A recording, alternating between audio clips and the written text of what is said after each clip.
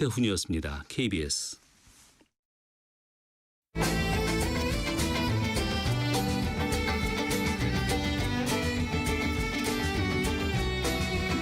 오늘을 함께하며 여러분의 내일을 응원합니다. 성공예감 이대호입니다.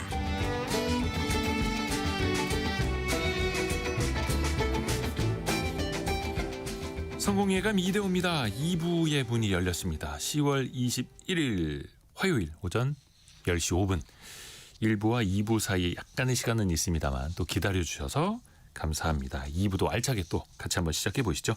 경제상식 퀴즈의 정답부터 알려드리고요. 오늘의 정답은 LTV였습니다. LTV 주택담보 인정비율 론투밸류 LTV 그 비율인 레이쇼까지 붙는 론투밸류 레이쇼인데요.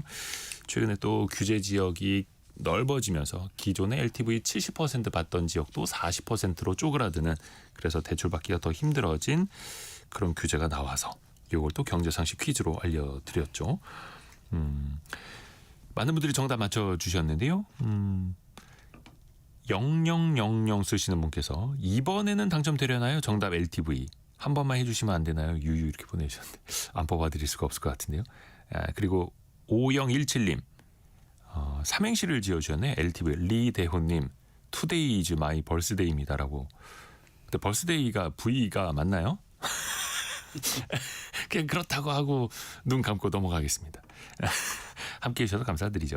2701님 경제상식이 들어서 이 방송 너무 좋아요라고 정답 LTV입니다 보내주셨습니다. 안정래님 청취율 조사 전화 받기 위해서 모르는 번호 다 받고 있어요.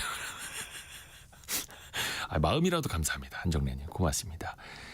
이수연님 정답 LTV 어릴 적에 외갓집에서 주택담보대출 때문에 힘들어하셨던 모습 생각이 나네요. 그 당시엔 그게 몰랐는데 담보라는 게 무섭다는 걸 알았습니다. 절대 담보대출 할 일은 없어야겠죠 라고 보내주셨는데요.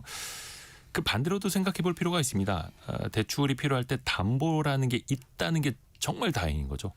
담보가 없으면 신용대출로 가야 하는데 담보가 없으면 금리가 더 비싸지죠. 예, 그런 측면으로도 또 생각해 볼 필요가 있습니다.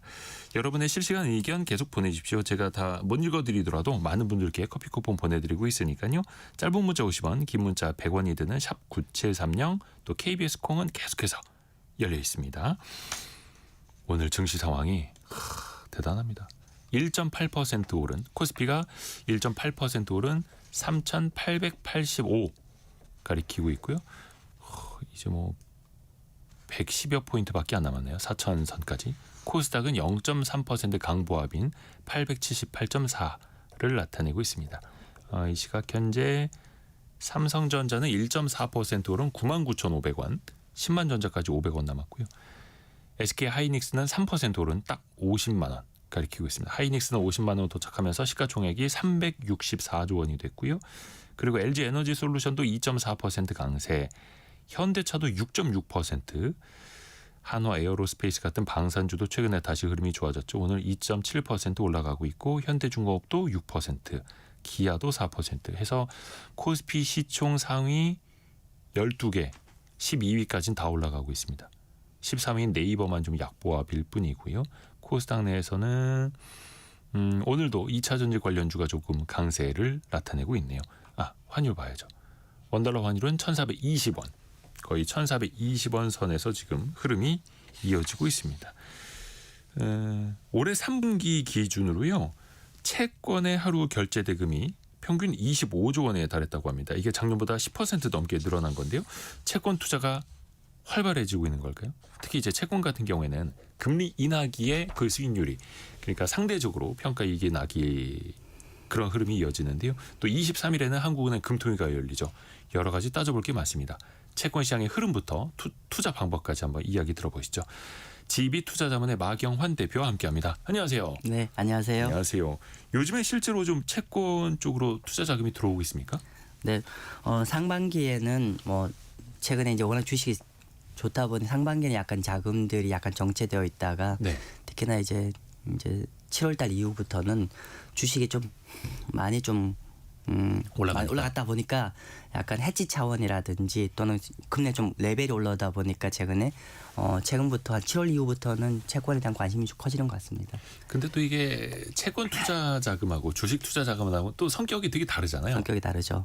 네, 맞습니다. 애초에 좀 자산 배분이 되어 있는 측면이다 보니까. 네, 맞습니다.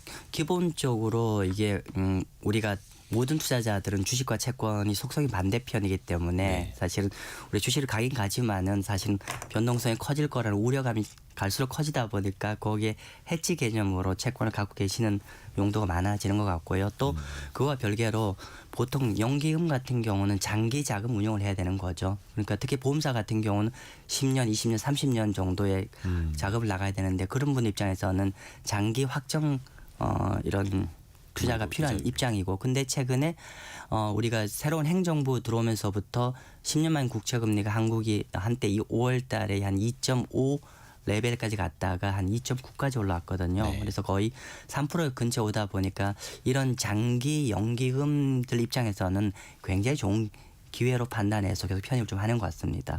왜냐하면은 장기적으로 보면은 한국이 인구도 아주 빠른 속도로 감소를 하고 고령화 사회이기 때문에 이론적으로는 장기 저성장 고령화라고 하면 중장기적으로는 금리 레벨이 지금보다 내려갈 거기 때문에 일시적으로 금리가 한 3% 근처에 왔다는 거는 장기 투자를 하는 입장에서는 굉장히 좋은 채권 매수 기회로 활용이 되겠죠.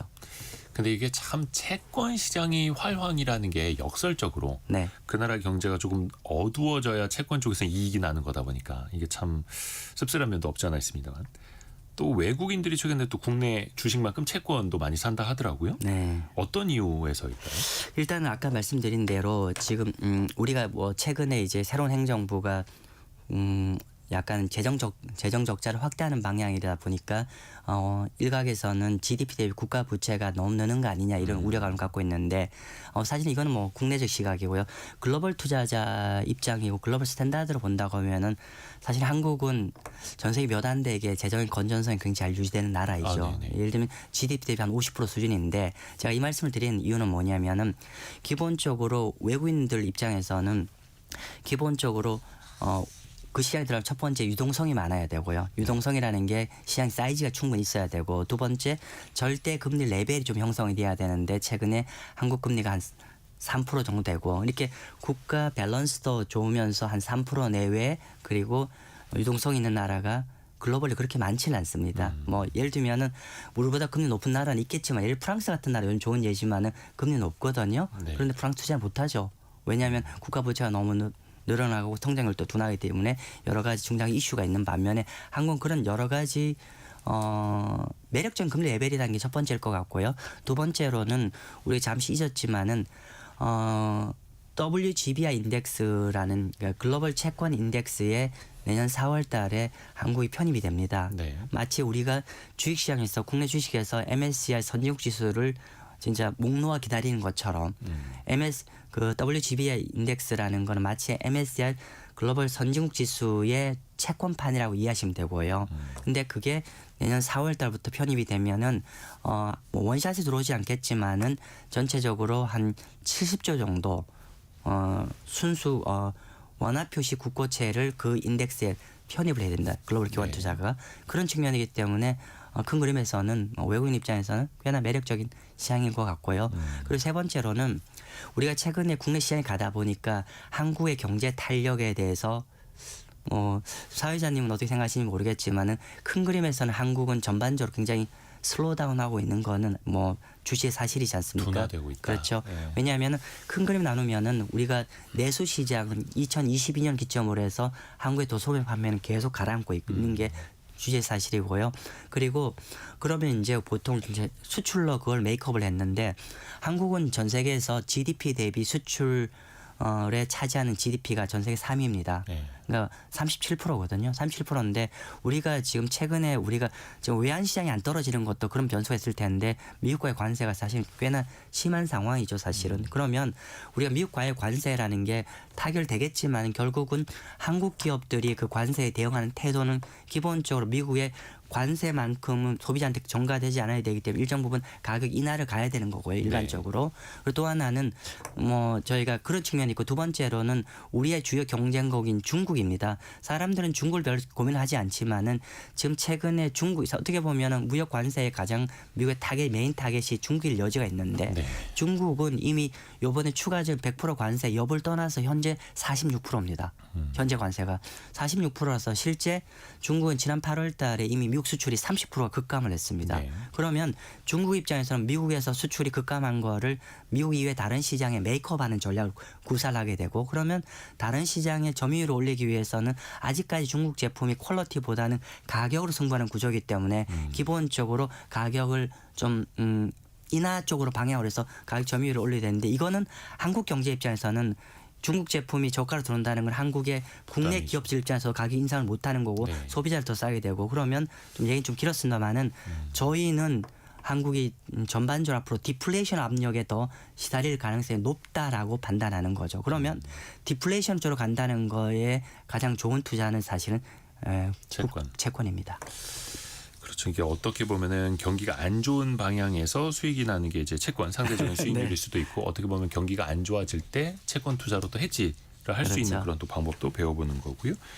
그 외국인이 이제 우리나라 국채 투자한 걸 보니까 오히려 만기가 긴 중장기채 위주로 투자를 했다 하더라고요. 이건 어떤 의미입니까? 네, 보통 이제 우리 청취자님들한테 그냥 채권 상식 좀 말씀드리면은 채권은 단기 채권과 장기 채권을 봤을 때 좀 가격의 메커니즘이 좀 다릅니다. 메커니즘이라 하면 보통 단기 채권은 각국의 중앙은행 금리에 좀 굉장히 민감하게 연동이 네. 됩니다. 그래서 예를 들면 단기 채권 같은 경우는 금리가 중앙은행 금리를 많이 내릴 것 같으면 단기 채권 금리는 바로 내려가고 이렇게 바로 움직이는 반면에 중장기 채권은 물론 이제 중앙은행의 금리 정책에 영향을 받지만은 그보다 더 중요한 거는 그 나라의 경제 중장기적인 펀더멘탈에 더 많이 영향을 받는다는 거죠.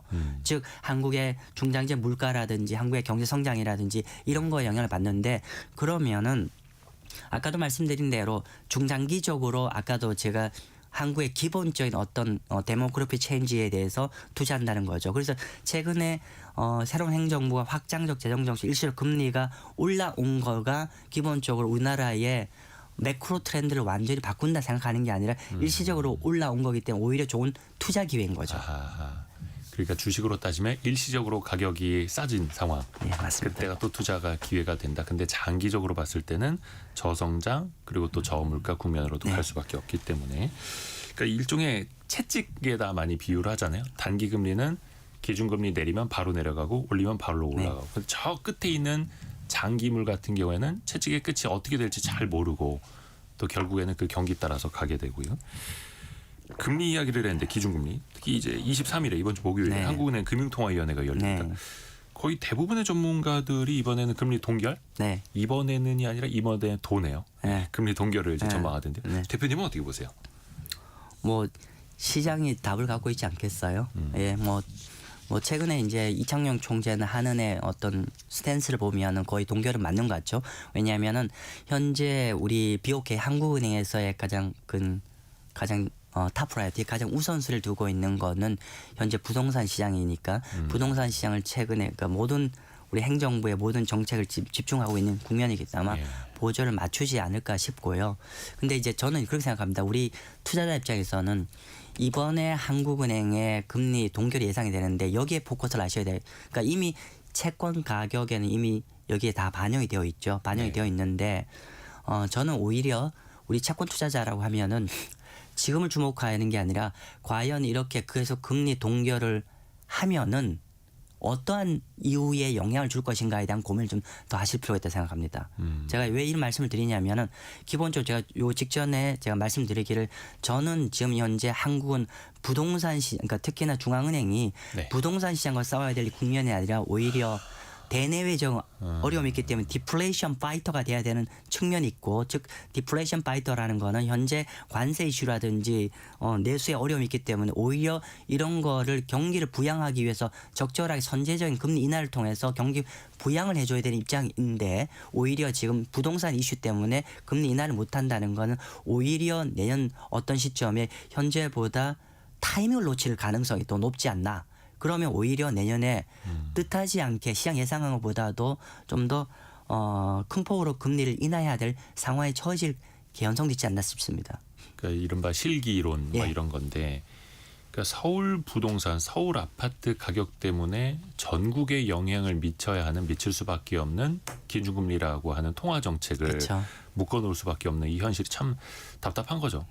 근데 이제 그런 의견들도 있습니다. 지금 미국이나 다른 나라에 비했을 때 2.5% 정도의 기준금리 수준이 또 그렇게 높은 건 아니다. 이렇게 보는 측면도 있고 이제 1%대 나타내기 시작한 소비자 물가 지수 상승률이나 이런 거 비교해 봤을 때는 너무 높은 수준이다. 이른바 왜 제약적이라고도 좀 전문적으로 표현을 그렇죠. 하는데 근데 그러면 대표님이 보시기에 현재 기준금리는 우리 경기 상황하고 봤을 때 너무 높다라고 보시는 거예요. 그렇죠. 방금 사회자님 말씀하신 후자 편이죠. 그러니까 우리가 예를 들면은 미국과 자꾸 금리를 이제 평가를 그러니까 레벨을 얘기를 하는데 사실은 네. 미국과는 우리나라의 펀더멘탈이 완전히 다른 나라죠. 기본적으로 경제 성장이 높고 여러 가지 고물가면 그만 거기에 부합대의 금리를 높아야 되는 거고 당연히 성장도 그보다는 훨 더 둔하고 물가 레벨 따지면 당연히 금리 낮게 유지를 해야 되는데 참고로 미국은 3%대 경제 성장이 나오니까 4%대 기준금리. 근데 우리나라는 0%대 성장하는데 2%대 중반의 기준금리. 그렇죠. 이런 상황. 그래서 뭐 현재 기본적으로 우리가 두 가지를 보여야 되는 거죠. 금리라는 거는 현재의 물가나 경제 상황을 반영한 금리 레벨일 수도 있고 두 번째는 뭐 좀 앞을 내다봐서 현재 이 추세대로면 경제가 더 둔화될 것 같으니까 선제적으로 금리를 좀 내리는 이런 측면이 있는데 지금 한국은 아까 그 두 가지 모두를 감안하더라도 선제적인 측면이나 또 현재 물가나 이런 걸 봤을 때도 저희는 금리를 좀 더 내릴 룸이 좀 있다라고 판단합니다. 일단 채권은 그 어떤 금융 상품보다 기준금리에 민감하죠. 그렇죠. 네. 그러다 보니까 이번 금통이 어떻게 될 것 같나요? 대부분 이제 채권 전문가에게 그 설문조사를 하게 되는 거고. 네.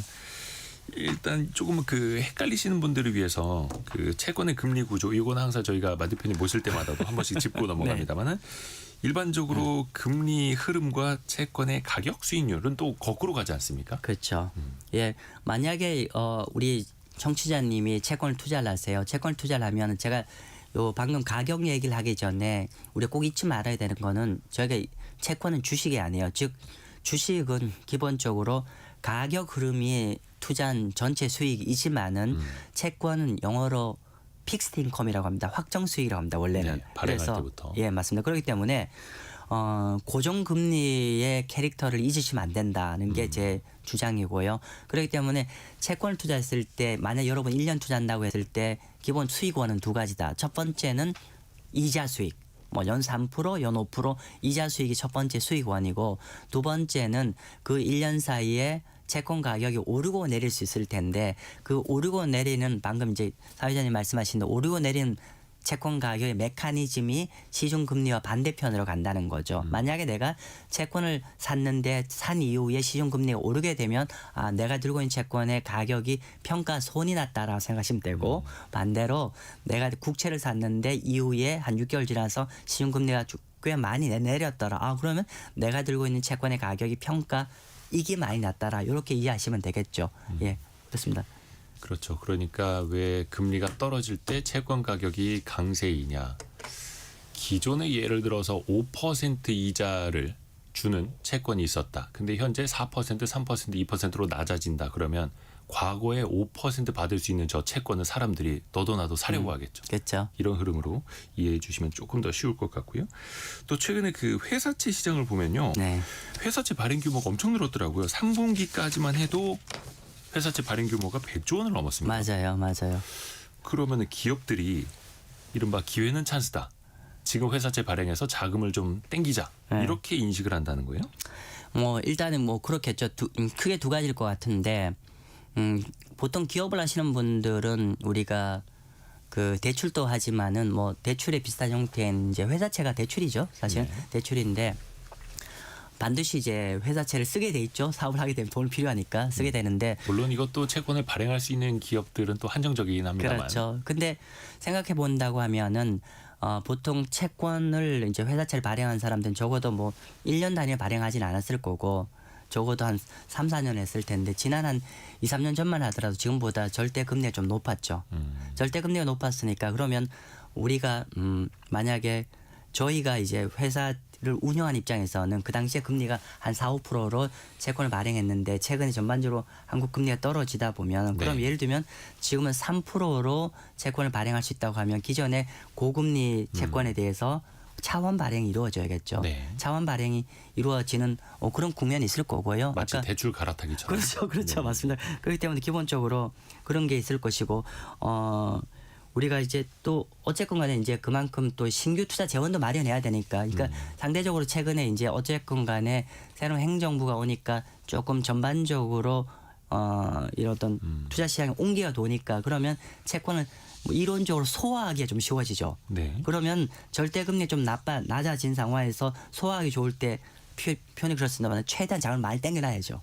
미리 자금을 선제적으로 확보를 해야 될 측면이 있기 때문에 뭐 그런 걸 전반적으로 활용하는 것 같습니다. 참고로 회사채 시장은 주식시장과 온도가 같게 보셔야 됩니다. 예를 들면 주식시장이 만약에 활성화되면 상대적으로 그 해당되는 기업의 채권도 쉽게 소화되는 반면에 만약에 주식시장이 이렇게 가라앉으면은 신규 채권 발행도 어렵습니다.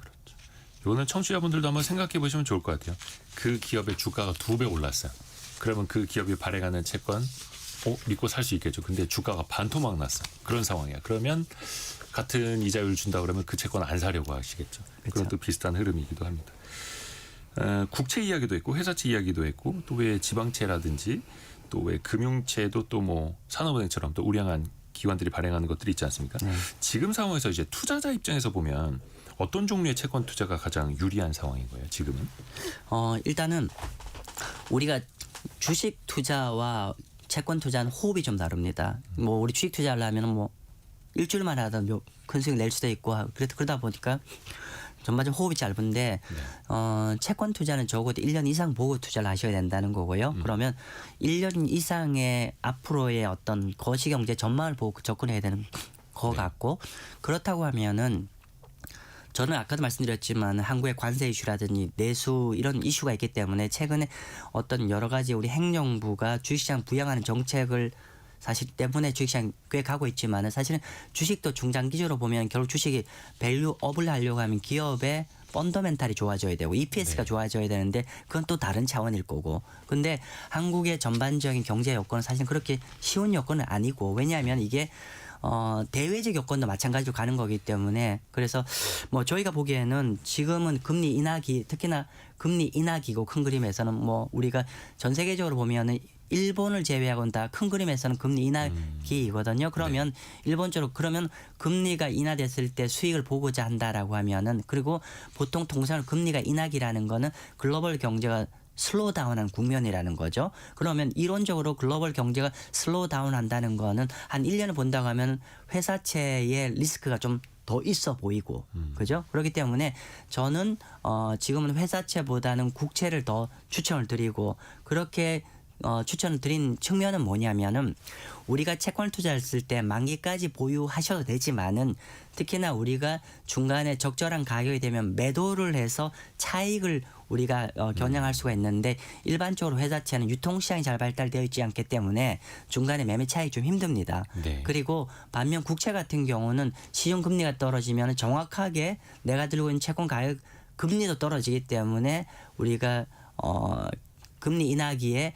매매 차익을 누리기에도 굉장히 유리하기 때문에 그럼 정리를 하면은 지금은 회사채보다 국채를 해야 되는 이유는 국채 입장에서의 매매 차익의 비과세를 누리기에 좋은 국면이고 반면 회사채는 혹여나 우리가 경제를 실기를 하게 되면 개별 기업의 리스크가 굉장히 커지는 거죠. 리스크라는 건 첫 번째는 부도 리스크고 두 번째는 부도가 안 난다고 하더라도 중간에 가상금리가 확대가 되면은 내가 들고 있는 채권 가격에 부도가 안 나더라도 가격을 오히려 손실을 봐야 될 가능성도 커진 국면이기 때문에 제가 국채를 좀 추천드립니다. 그래서 그런 상황이 되면은 거의 뭐 울며 겨자 먹기식으로 만기까지 또 기다려야 하는 그런 그렇죠. 상황이 될 수도 맞습니다. 있는 거죠. 박영우님이 예금이냐 채권이냐 이것이 문제로다 이렇게 보내주셨는데 사실 예금과 채권 엄연히 다르죠.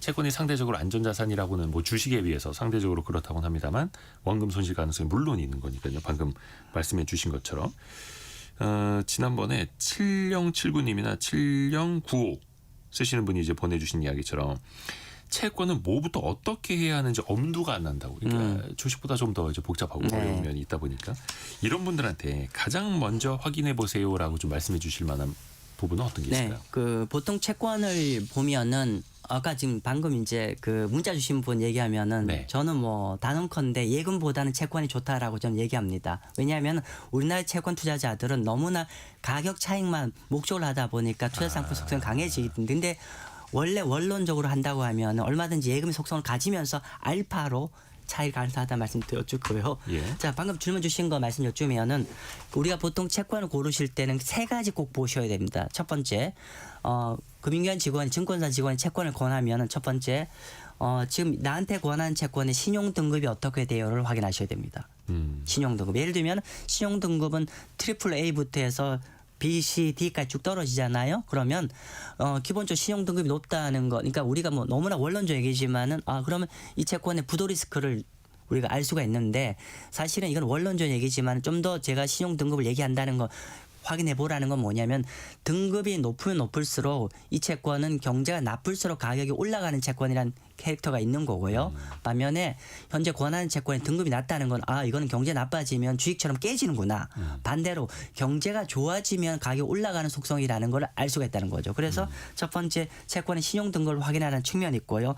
왜냐하면 이게 혹여나 여러분이 채권 ETF나 채권 펀드를 보실 때는 이거 굉장히 중요합니다. 왜냐하면 내가 투자하는 채권 펀드, ETF나 펀드의 캐릭터를 확인할 수 있기 때문에. 그러니까 왜 주식으로 따지면은 우량주에 투자하느냐, 블루칩에 투자하느냐, 그렇죠. 아니면은 좀 불확실하지만 신성장 쪽에 투자하느냐 이런 차이일 수도 있겠어요. 맞습니다, 맞습니다.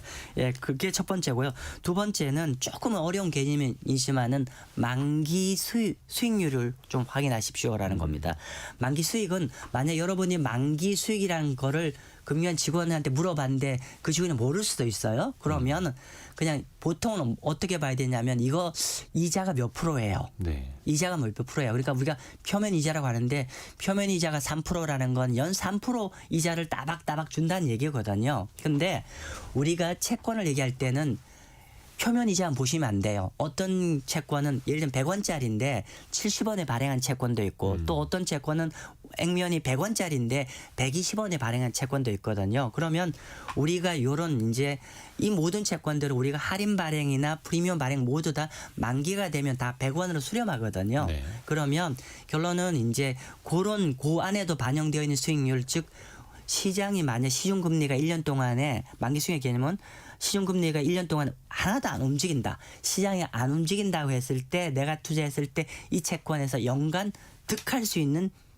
수익률이 몇 프로냐가 만기 수익률입니다. 그렇죠. 그래서 만기 수익률을 가능한 좀 확인해 달라고 하고요. 세 번째로는 채권의 만기입니다. 즉 이 채권이 1년짜리인지 10년짜리인지 30년짜리를 꼭 확인하셔야 되고요. 물론 채권 만기를 확인하라는 거는 마치 예금의 만기를 확인하는 것처럼 내가 얼마나 갖고 있어야 되는지를 확인하는 측면도 있지만은 사실은 채권 만기를 확인하라는 거는 그보다 더 큰 측면이 있는데 아마 우리가 그 연금 펀드에 채권 펀드가 있을 거예요. 채권 네, 펀드는 네. 채권 ETF 있는데 거기에 반드시 만기를 보셔야 되는 건 뭐냐면은 만기란 개념은 지금 내가 예를 들면 미국 국채를 투자해 놨는데 만기가 짧다는 거는 그럼 미국 국채 금리가 내리든 오르든 별로 영향을 안 받는 채권이라는 의미고 반면에 만기가 길다. 이거는 시중금리 움직임에 따라서 굉장히 큰 폭으로 가격이 위아래로 가겠구나. 따라서 만약에 앞으로 금리 인하가 많이 될 거라고 하면은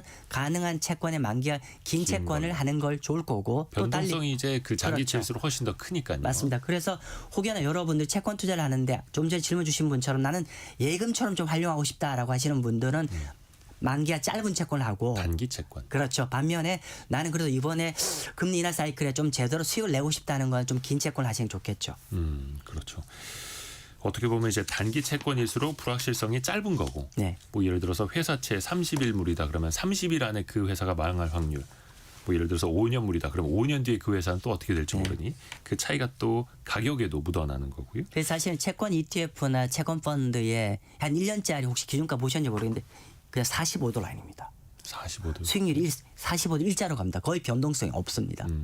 단기물은요? 예, 단기물. 단기물. 예. 그렇죠. 1348님이 채권은 어디서 구매하는 건지요라고 물어보셨는데 뭐 당연히 이제 증권사 창구에서도 그렇죠. 거래 가능하시고 요즘에는 MTS라고 하는 이 모바일로 요즘에 맞습니다. 주식 거래 하시는 거에도 채권 종류별로 뭐 시세나 채권의 구조가 다 잘 나오죠. 맞습니다. 그거 맞습니다. 하나만으로도 어떻게 충분히 정보 찾아볼 수 있다고 보세요, 대표님? 우리가 투자를 하고자 할 때는 그런 그 채널을 통해서 활용하시면 충분합니다. 충분합니다. 특히 이제 개인 투자자 입장에서는요. 예. 그리고 채권을 이때는 팔아야 한다. 채권을 사야 할 때가 아니라 팔아야 할 때는 그러면은 우리가 언제로 보면 될까요? 채권을 팔아야 할 때. 네. 예. 물론 이제 만기 전략은 만기가 오면 이제 발행한 쪽에서 상환해 주겠습니다. 네. 그러니까 일단은 보시면은 우리가 채권이라 하면은 채권은 사실은 이제 채권은 크게 두 종류로 나누셔야 돼요. 네. 뭐냐면 국채와 회사채로 나누셔야 되고 왜냐하면은 국채와 회사채는 메커니즘이 완전히 다릅니다. 기본적으로 우리가 회사채는 기본적으로 위험을 떠안는 기업인 거고 국채는 안전자산입니다. 따라서 그러니까 나라가 망할 일은 없다라는 거죠. 그렇죠. 예. 그렇기 때문에 우리가 경제가 나빠진다라고 하면은 국채를 들고 있어야 되고 회사채는 우리 가능한 회피하셔야 되고 반면에 경제가 턴 어라운드를 해야 된다라고 하면은 네. 국채에서는 왜냐하면 경제가 턴 어라운드를 하면 시중 금리가 올라가기 시작하는 거죠. 그러면은 국채는 피하셔야 되는데 반면에 상대적으로 채권 안에 위험 자산인 회사채의 가격은 올라갑니다. 왜?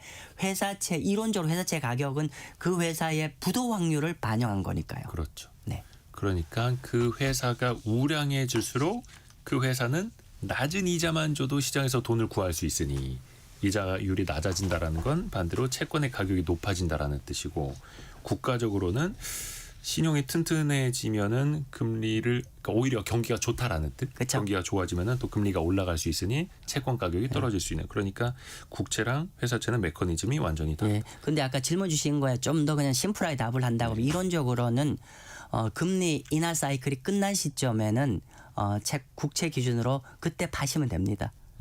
근데 조금 더 팁을 주자면은 금리 인하가 완료됐을 때는 조금 늦으세요. 왜냐하면은 선반영. 예, 정책 금리와 시중 금리의 차이인데 우리가 투자한 건 시중 금리에 투자한 거기 때문에 항상 시장 금리는 정책 금리보다 한 박자 먼저 움직이는 거니까 실질적으로 만약 여러분이 하신다고 하면은 자, 금리 인하 하다가 요번 하면 라스트일 것 같다라면 그 정도에서 채권을 던지시는 게 맞지 않나 싶습니다. 그렇죠. 그러니까 기준금리는 한국은행이 은행과 거래하기 위해서 잡아주는 금리를 말하는 거고 네. 그걸 또 선반영하면서 채권 시장에서 움직이고 있고 그게 또 반영이 되면서 은행의 대출금리에도 반영이 되는 거고 해서 아니 왜 기준금리는 내렸는데 대출금리는 반대로 오르는 거야. 분명히 그런 현상이 생길 수 있는 거죠. 그렇죠. 왜냐하면 맞습니다. 기준금리 내렸지만 이번이 마지막일 것 같다. 그러면 또 그 다음번을 반영하면서 시중금리는 오를 수도 있는 그렇죠. 거니까요. 맞습니다. 그게 참 선반영이라는 게 그래서 또 어렵습니다. 네, 맞습니다. 언제 어떻게 될지 모르는 거니까요. 조금 어려운 용어가 이제 나옵니다. 긴장하십시오. 듀레이션이라는 게 있습니다. 네. 만기랑은 또 다른 개념입니다. 이게 만기라고 하는 거는 뭐 3년물이다 그러면 그 발행한 날 3년이 지나면 원금과 이자를 다 갚아주는 걸 말하는데 듀레이션은 어떻게 다른 겁니까?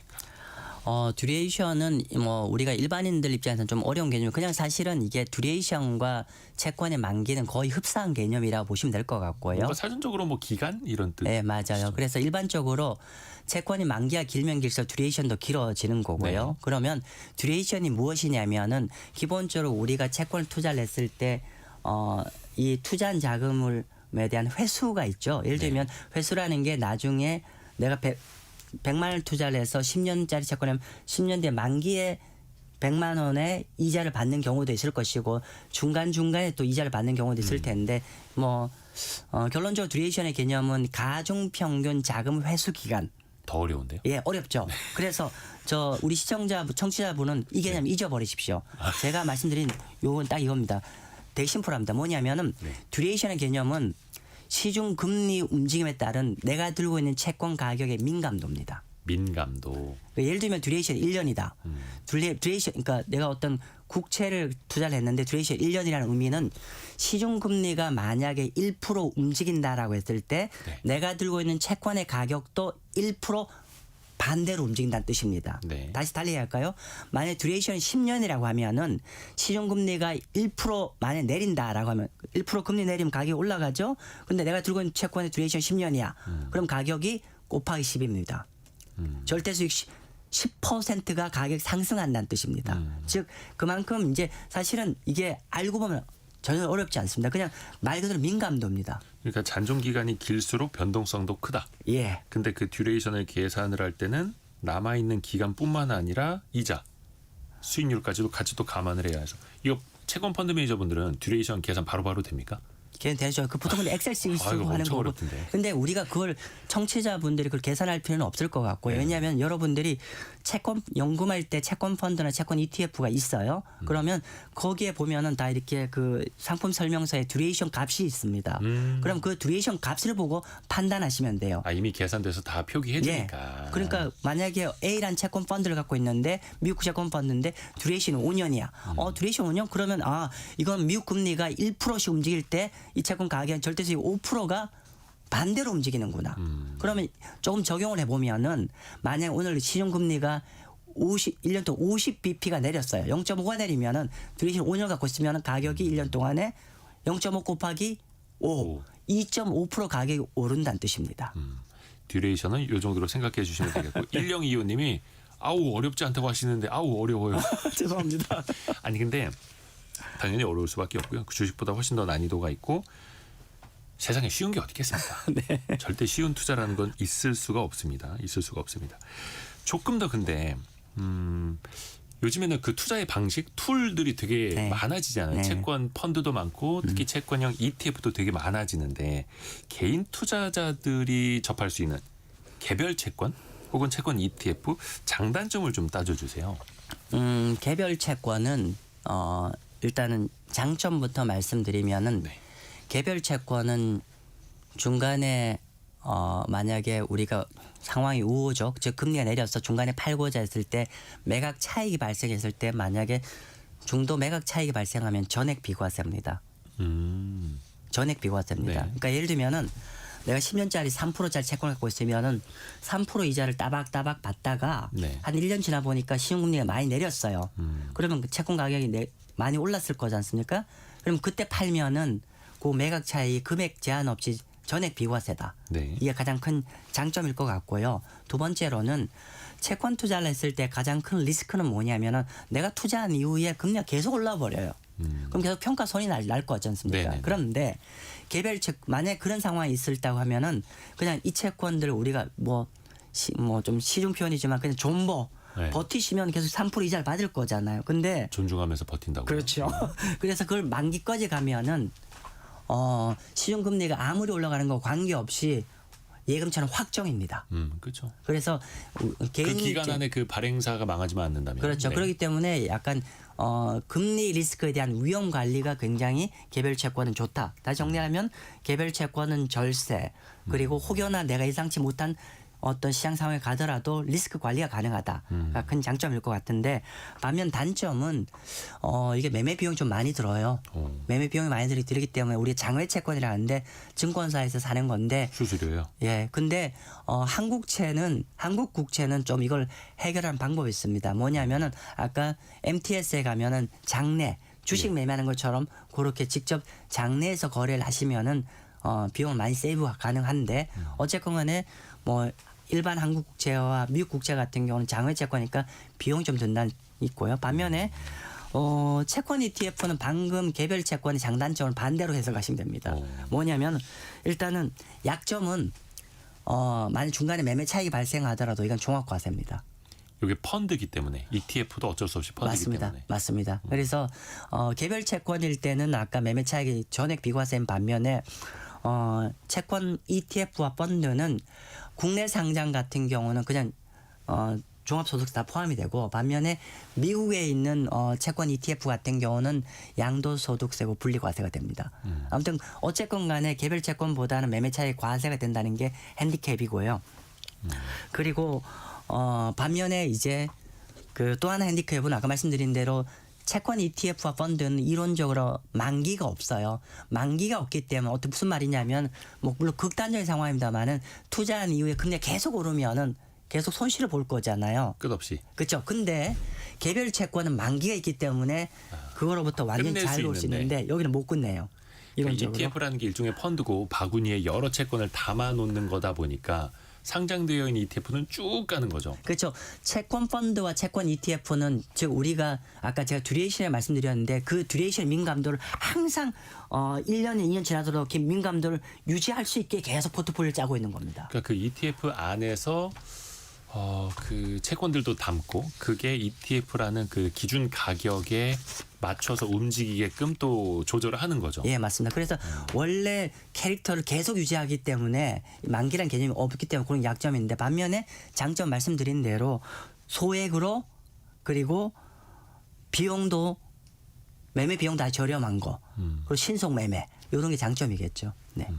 또 이게 채권을 배워둬야 하는 게 그 퇴직연금, 뭐 DC형도 네. 그렇고 네, 맞아요. IRP 내에서도 30%는 안전자산을 담도록 규정을 하고 있잖아요. 네. 노후자금이다 보니까 이걸 네.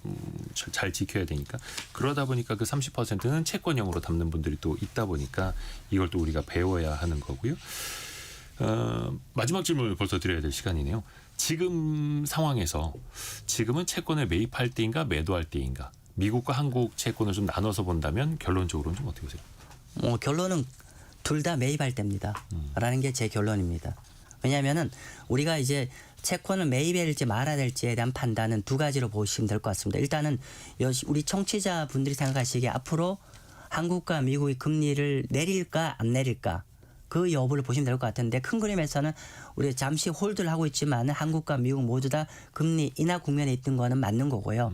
두 번째로 우리가 그 한국 경제나 미국 경제를 단기적으로 본다라고 하면은 네. 지난 수년 동안의 금리 상대적으로 고금리 국면이었기 때문에 경제가 부담이 있는 국면이기 때문에 단기적으로는 한국 경제가 만약 여러분들이 한국 경제 앞으로 최근에 어떤 정부의 재정 확대 정책을 통해서 추세적으로 턴어라운드 판단했으시면은 국채를 하시면 안 되는데 저희는 글쎄요 큰 그림은 아직 그대로 좀 계속 좀 둔화 국면에 있지 않을까. 중장기적으로 봤을 땐 그런 국면이고 그래서 저희는 이제 말씀드린 대로 근데 이제 하나 좀 말씀 좀 드리고 끝내야 될 것 같은데 네. 한국 국채는 중장기로 홀드를 투자를 말씀드리고 미국은 우리가 지난 수년간의 고금리 정책이기 때문에 최근에 사모대출채권 이슈라든지 모기지금리 이슈라든지 주식의 고평가 밸류에이션 이슈라든지 뭐 이런 것들 때문에 사실은 미국 주식을 갖고 있지 않은 대다수 투자자들은 힘들거든요. 그래서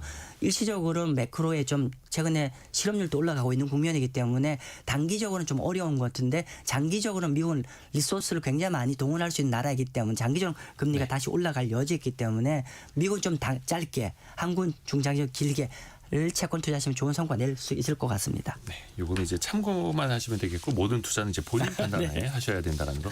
조재희님 채권 공부 많이 해야 되겠네요. 그 과정을 한번 즐겨보십시오. 당장 투자보다는 하나하나 또 배워나가는 게 또 채권도 재미있습니다. GB투자자문의 마기영환 대표였습니다. 고맙습니다. 네, 감사합니다. 라디오 정보센터 다녀옵니다. 이창용 한국은행 총재가 한미 통화 스와프는 어려워 보인다고 전망했습니다. 한국은행은 미국 연준이든 재무부든 통화 스와프는 현실성이 없다고 선을 그었습니다.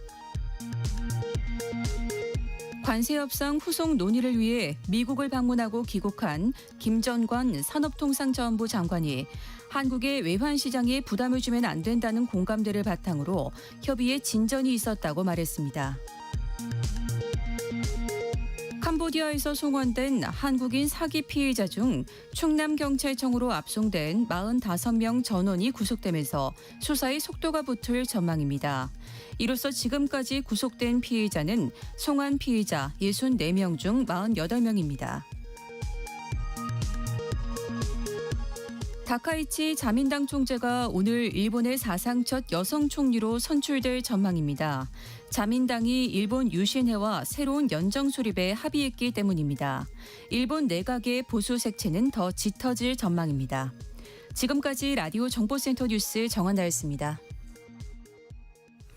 애프터 서비스 유혜진 리포터와 함께합니다. 안녕하세요. 네, 안녕하세요. 질문 들어볼까요? 네, 유인숙님, 국민연금도 이혼 시 재산 분할 대상인가요? 하셨고요. 5112님, 기여도가 없는 배우자에게도 연금을 나눠줘야 하나요? 하고 궁금증 보내주셨습니다. 네. 법무법인 클래스 한결 가사팀 팀장 최경애 변호사의 설명 들어보시죠.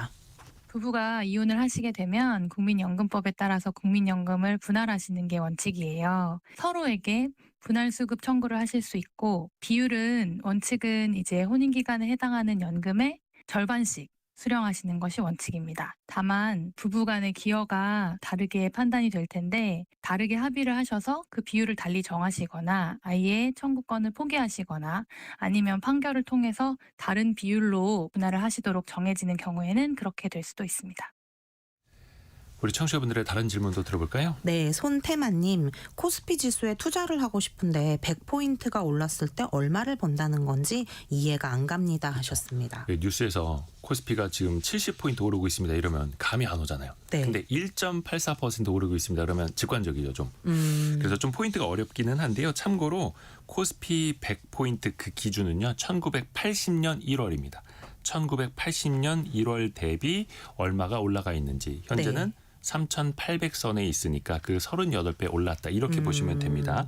다만 시가총액하고는 좀 차이가 있습니다. 왜냐하면 신규로 상장하는 네. 막 100조짜리 LG에너지 솔루션 상장하기도 했고 하니까 또 유상증자를 많이 하기도 하고 그래서 네. 시가총액이 훨씬 더 많이 불어난 거죠. 그 사이에 지수가 올라온 것보다. 그리고 한 3,800 코스피 기준으로 시가총액이 한 3,100조 원, 한 네. 3,200조 원 이렇게 될 겁니다. 이걸 나눠보면요. 1포인트당 8,200억 원이라는 계산이 나옵니다. 그래서 코스피가 1포인트 오르면 8,200억 오른다. 이렇게 보시면 되겠고 그럼 100포인트면 어림잡아서 82조 원 네. 정도가 되겠네요. 지수를 또 구성하는 거는요. 기준 시점의 시총이 분모에 그리고 현재나 비교 시점의 시총이 분자에 있습니다. 네. 그래서 현재 시총을 기준 시점으로 나눠서 곱하기 100을 하면은 현재의 지수가 나오기도 합니다.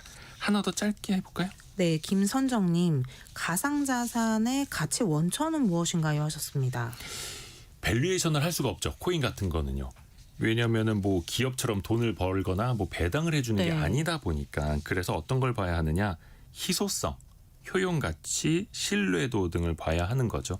특히 비트코인은 아예 총 발행량이 정해져 네. 있다라고 하는 거죠. 그리고 또 화폐는 교환 측정 저장의 기능이 있는데 그래도 비트코인은 교환 측정은 몰라도 저장을 또 하는 사람들이 있다 보니까 그 수요가 생기면서 일종의 가격이 측정되는 건 아닌가 이렇게 볼 수도 있겠네요. 유혜진 리포터 고맙습니다. 감사합니다. 마무리해야겠네요. 성공 예감은 오늘도 여러분을 응원합니다.